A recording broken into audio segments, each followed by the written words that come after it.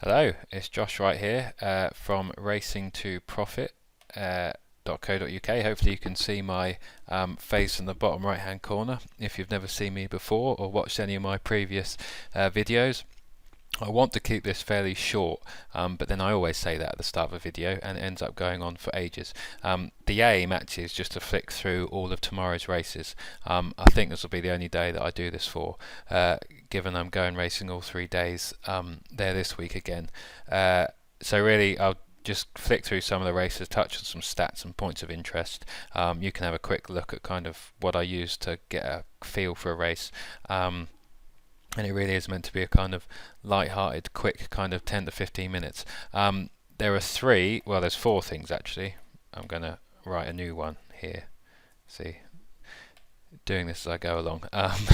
Four things to think about this week at Aintree. The going, as I look out my flat window in Liverpool, and you can count the sunny days in Liverpool on one hand over the course of a year, sadly, but it makes up for it in plenty of other ways. It is cloudy, it's overcast, it rained most of last night. I believe Aintree got a lot of rain last night and they got some this morning. So I think it's safe to say you want a horse that handles cut. I don't think it's going to be just good. It might even get to being on the soft side by the close of racing tomorrow. It might even be soft by the start. It may certainly be soft by Saturday if the weather forecasts are correct, of kind of showers intermittent throughout all the day's racing and not really any hot sunshine to dry the ground out. So that's going. Pace is important. As you know, most of the time I like to back horses that are near the front end of the race anyway, and especially over chases, the front third, leading or kind of just tracking the pace.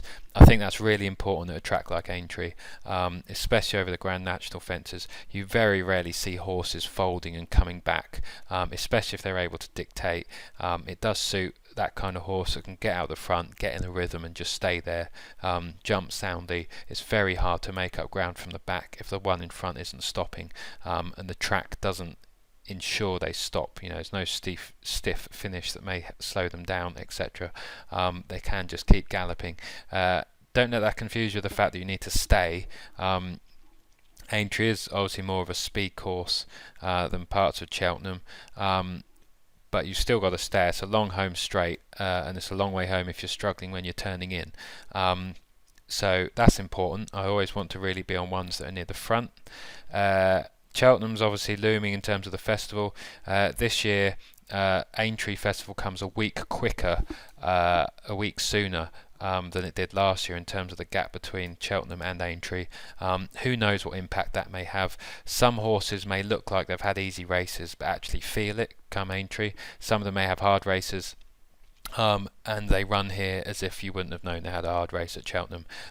Some may have hard races at Cheltenham that visually look hard to the eye, and they show it when they get to Aintree and they just bomb out. They might be well fancied, they might run a lacklustre race. It's pretty hard to know until they've run, which doesn't make our job any easier. The final one is emotions. And I've put this down really just to, in terms of horses that you or I or all of us may have backed at Cheltenham. Some of them always return at Aintree. With me, most of them are kind of losers that I've backed. There's a couple, three tomorrow, Thursday, the first day. Garde la Victoire, Q Card and Don Poli. You always have the question of, do you leave them, do you back them again, do you try and get your losses back? I think I'll probably end up having something on some of them, but we'll get onto that in a moment. So let's whiz through these. Race 1. What's the thing to say here? All 7 winners of this race to date did run at Cheltenham last time out. 13 have tried to run here, not running at the festival. They've all lost. 1 has placed. So Arzal may be up against it. Philip Hobbs has won this race a few times before. So has Nicky Henderson. Both those horses fit those trainers' kind of modus operandi at Aintree, and are the type of horses with the type of profiles, with the type of races they may have raced in previously, who do well at this meeting. Both are kind of in good enough form. I may have a bit on Garde la Victoire to try and chase some losses. I don't think I'll be tipping in this race. I should learn my lesson and try and stick to those races that I'm kind of demonstrated I'm okay at over time. Sizing John's interesting for Henry de Bromhead. The thing I want to look at here is just pace. For those that aren't familiar with this bit of kit, this is GG's Gold. Every now and then I try and encourage some of you to sign up and join and give it a go. That's not the purpose of this video, but I'm just showing you the kind of things that I look at. So we've got Sizing John likes to get on with it. He's going to be up there pushing the pace. Arzal likes to get on with it, so it'll be interesting to see if those two get in a fight and ruin each other's chances, or whether one of them can dominate and get into a rhythm. Lame Serge shouldn't be too far away. Maybe Dickie Johnson won't hold this one up as far back. He might track the leaders as well. His jumping is the question. He does get low. If it's put under pressure, then who knows, he might capsize again, or he might be mentally feeling his last race and kind of be a scrappy few jumps. So I wouldn't want to go mad at 4-1 given those questions. Lame Serge may appreciate the cut in the ground. It's not impossible that he found that ground a bit too quick last time, given that if you look through his form, that was his first time he'd run on genuinely good ground, and he didn't really pick up. He ran okay. Black Hercules is a good horse and probably outstayed him around that particular track, but Lame Serge on this ground, given he's a sound jumper and the form of Nicky Henderson, maybe I'm talking myself into going down that route a bit more. Obviously, Sizing John you can't dismiss either. You would think one of the top three in the market's winning that. The Aintree Juvenile hurdle, Alan King is 4 from 8, 5 places in this race. That makes Shoe Royale of interest, maybe not for win purposes. If Ivanovic Gorbatov is over that last run, he's only going to get better. I think this track will really suit a flat horse, able to tank his way through, travel, and then kick. He could be special. He could win this well. He's not a price that I would back him at, but for those of you who like backing at shorter prices, I couldn't really put you off him. I can't think of an immediate reason why Apple's Jade's going to out battle him or or beat him this time round, especially because she looked like a proper stayer there and a grinder. And you'd think Ivanovic would have more of a turn of foot. So you could maybe play the without market or an each way bet. I might have a small each way bet on Shoe Royale. Again, he may not have liked the good ground last time as well, with plenty of form on a softer surface. Alan King is a bit in and out. Looking at those form stats, maybe he's more out than in. 1 from 55 in the last 30 days, 1 from 25 the last 14, although 40% have placed, so that may be a concern there, but his record in the race is decent enough. Let's go on to race 3, the Betfred Bowl. I think for my sins, now that the rain has come and it's now, it's raining again and it's sunny all at the same time. That's Liverpool for you. I think I'm going to have to advise a 1-point win on Don Poli at 11-2. I think that price is just good enough, actually. I want Q-Card to win, and I will happily roar him home, but given his jumping, well, he's 11-10, I can't touch that price personally. If he gets a clean round, I think he's winning this, and he might well win it really well. Colin Tizard, interesting quote, said after Cheltenham they schooled him and it's the best he's ever schooled. So the heart and the head kind of thinks Q-Card might win this, but value betting isn't about betting who you think's going to win. It's about betting who you think's overpriced against their chance, and 11-2, 6-1 for Don Poli. He has track form. The question is whether he's over that Cheltenham run. The last twice that he ran when he won at Cheltenham before this festival, his next run at Punchestown where he had longer gap, he didn't run that well at all, and he was a short price favourite for both of the races. I think he then contested. Mullins is 1 from 1 in this race, so I don't have a concern on that front. It's just whether he might not. He had an easier race than Jack Adam did in the Gold Cup, but until they run, you never know. Both of those would have been trained for the minute, I think, for Cheltenham. Or Jack Adams certainly would have been. So who knows? You'd think one of the top three is winning this. If Jack Adam is over that race last time, which he worked hard to get his second place, he might make 5-2 look a decent price. You'd think one is between the top three here. It's not impossible that one or two of the top three finish unplaced, especially if one falls and one or two actually aren't over their runs from Cheltenham. That means you could be playing for place money, and you may want to see what might be an interesting bet to grab third place, or think of some forecast tricast combinations, but all those extravagant bets aren't something I'm used to doing. Some of you readers out there are much better at that than I am, and many other things besides that also. Tarquin de Sul has a bit of class back in the day. Maybe he might grab a place, not too sure. Let's look at the pace of the race and how it's going to work out. Hold on.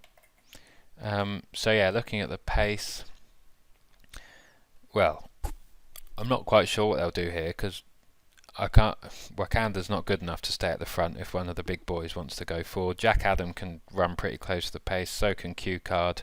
But that is an interesting angle. Maybe having just sounded a bit more confident on Don Poli, there's not loads of pace in there, which, more pace the better for him.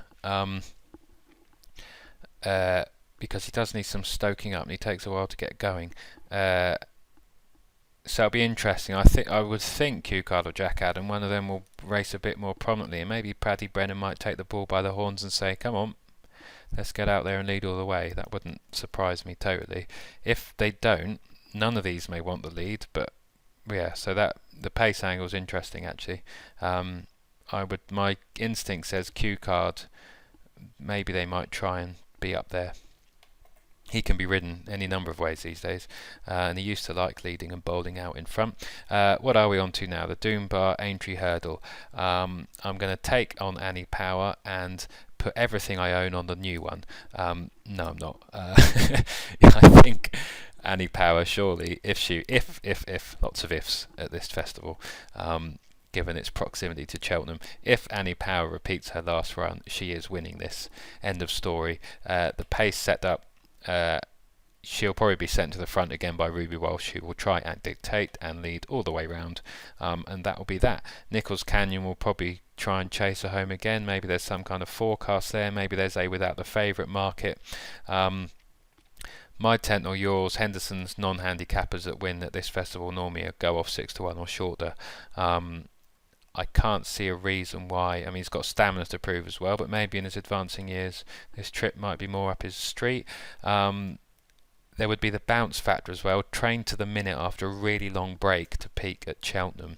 He could run here and blow up and not fancy at all. Or he might come on for the run and give Annie Power something to think about. It's not a race I have an overly strong opinion on, or one that I'll be betting in. I'll probably throw some £2 at some kind of bet that I'm yet to think of. Let's move on to the 405, which is the Foxhunters. Again, this isn't a race that I'm particularly... I'm not going to lump on anything really. The top three in the market have a really good record in this, from memory. They are about 15 of the last 19 won at... were top three in the market, 15 and 19 or something like that were top three in the market, so it pays not to be too clever in this race. Bulger's won this race a few times. The only thing for on the fringe, it is a drop back in trip, but he won this race last year, one at Cheltenham, one at Aintree. There was a week longer between races there. He doesn't have Nina Carberry on board, but he is the class horse in the race and should take all the stopping. Not that I could bring myself to bet at 7-4. Pashta Polder chased him home last year. He might do the same again. This is more his trip. Maybe he might even reverse places. At 7-2 for small change, maybe that's the way to go. Maybe a forecast is the way to go. The final way to go could be to back something at each way price, hoping to snatch a place and be the equivalent of a kind of 8 or 9-1 winner. The two that stand out to do that for me at this initial semi-educated stage would be Deneur for the Bowens. I'm not sure if the trainer's Peter Bowen's brother or some kind of relation. In any case, he has decent track form. He's won at the course. He hasn't won. That's not over these fences. That's over the regulation fences, I believe. But that's a speed figure there. That's not too great. But he does like racing prominently if he can. And you never know. He might grab fourth. I'm assuming this pays down to 4 places. I'm yet to look. I hope it does. Mendip Express is interesting. You can see on the fringe there, Pashta Polder. Major Malarkey is the other interesting one. Just because he ran for such a long way at Aintree over further, probably hit the front too soon. They probably made too much use of him. But if he races with that enthusiasm again, he might give any each way backers at a price a good run for their money. Hopefully they don't hold him up. He did move forward quite early and was leading 4 out at Cheltenham. If he can race closer to the pace, that'd be ideal around here. Pashta Polder wouldn't want to be held up right out the back over this course, nor over this trip, I don't think. And that might be suicide if they do that. So, on paper there's quite a bit of pace here. Finding something that might be able to kind of get into a rhythm near the front and plug on for third or fourth as on the fringe passes them all might be the more fun, entertaining way to go. That speed rating for this particular horse stands out. Okidi Newly. I'm not going to even try to pronounce that particular name. I'll just embarrass myself. But he likes to lead. Maybe that's an interesting one. For a price 66 to 1 to cling on to a place, who knows, but that's the Foxhunters. The Red Rum handicap chase, I'll try and whiz through these quick. Looking at the pace again, De Promhead's horse likes to get on with it. McCain's can. Pearl's Legend definitely likes to lead if he can. He'll be up there. Iwell, Croco Bay. So there should be some pace here. Where are we? Solar Impulse is interesting. It's all about the headgear, I think. If the blinkers work like they did at Cheltenham and he races with that enthusiasm, travels like he did there, he's going to go very, very close here. 6-year-olds actually in handicaps at Aintree who ran at Cheltenham last time at the festival have a really, really good record, which is something I discovered yesterday. So he would be interesting. Dandridge traced him home at Cheltenham. He clouted the first fence and must have lost quite a few lengths and probably took the rest of his race to get back air in his lungs and get into a rhythm. If he hadn't made that error, he may have been close to Solar Impulse, although I do think Solar Impulse won with a bit in hand. They may finish 1-2 in this race in either order. That wouldn't surprise me. I'm yet to look at the stats and trends and have a proper go at this, and will do tomorrow morning. And I'm still thinking about Don Polio. I can't work out what to do in that race, I'll be honest. Pearl's Legend, I think the handicapper's got him. Manila Present is a bit of a hold-up horse. There's a few things to think about there. Dandridge and Solar Impulse would be the ones who immediately grab my eye, because they could still have something in hand and be progressive. Well, Solar Impulse certainly can. He won't mind if it's good to soft. If it's soft, that might be a problem, because he did seem to appreciate the good ground last time. So there's a few thoughts there. He should be able to track any pace, and if the blinkers work again, do as he pleases. Looking at the speed ratings, Bright New Dawn does stand out. Won a chase. Not sure if he's got the toe for this, having a quick look at that, but that's a kind of uninformed view, and he was miles behind Solar Impulse at Cheltenham. He might appreciate the cut. So there's a few things there to think about. Finally, the race we've all been waiting for, the Mares Standard Open National Hunt Flat Race Grade 2. I actually like this race, normally when Peter Bowen has a runner, because I backed one of his at 40 to 1 that won. I think I was still a student and I think I probably had 20 quid on the nose, and remember watching day one at my student house with a load of my friends had come up from sunny Suffolk, and we all had a rather good evening, I think it's fair to say. That was simply based on the trainer's record in the race and was a bit of an educated pin job. So I always look for Bowens at this meeting, well, at Aintree at any time, but particularly in some of these bumpers. But he has no runner, which is annoying. Alan King has a good record in the race. Let me just check any stats for that. Hold on. Yeah, he's 2 from 19, 7 places in the race. Nicky Henderson's won the race before. Yeah, it's a bit of a pin job, isn't it? I will probably look in the paddock, see who stands out, and kind of throw some fivers, tenors. Again, if there's quite a few races in here, bar the Betfred Bowl and the Red Rum. If I wasn't actually going racing, I wouldn't probably be betting in them, but I'm going to the races. I will take X amount in my wallet, and I probably don't care if I come, well, I'll care if I come back if my wallet's empty. But I'm more there to kind of catch up with people, have a few drinks and enjoy myself. So we will see. I think that's pretty much it from this video. The idea was just to kind of whiz through a few of the races. I haven't done something like this before, so let me know if you enjoy it or found it useful. A kind of quick run overview. Maybe I should try and kind of do 10-15 minutes on one race, and I will do that at some point. Kind of do a bit more in-depth analysis of how I attack, say, a 3-mile handicap chase or a big field sprint handicap. So as you know, I've touched on, I use Gigi's Gold. There's loads of stuff there. I'll go through that more in depth kind of another day and actually focus more on that product. Horse Race Base is the other bit of kit I use. Those two combined, I use the profiling tool and all sorts, and all these different stats when I'm deciding to actually bet properly in a race, and to analyse it and to tip it on the blog. So I think that's it for this video. I've probably been going on long enough. Like I said, hopefully you found it interesting. The sun has just started to come out in Liverpool. It's been a very strange day weather-wise, and I think it's meant to continue that way for the next few days. So yeah, that's it for now. Good luck with any bets you have on Aintree Day 1, which is tomorrow. I'm recording this on Wednesday. It's about 10 to 5 now. I'm off this evening to an Aintree preview evening near Aintree, or Grand National preview evening, with a few of you fine blog readers. I went to the Cheltenham one in the same venue, and that was good fun. So you know, I'm not sure if you ever learn a lot, but it's nice just to have some beers and talk racing with people. So that should be a good evening. So yeah, whatever you do, enjoy the rest of your evening. Let me know what you think about the video, or if you want to see more or different things, whatever.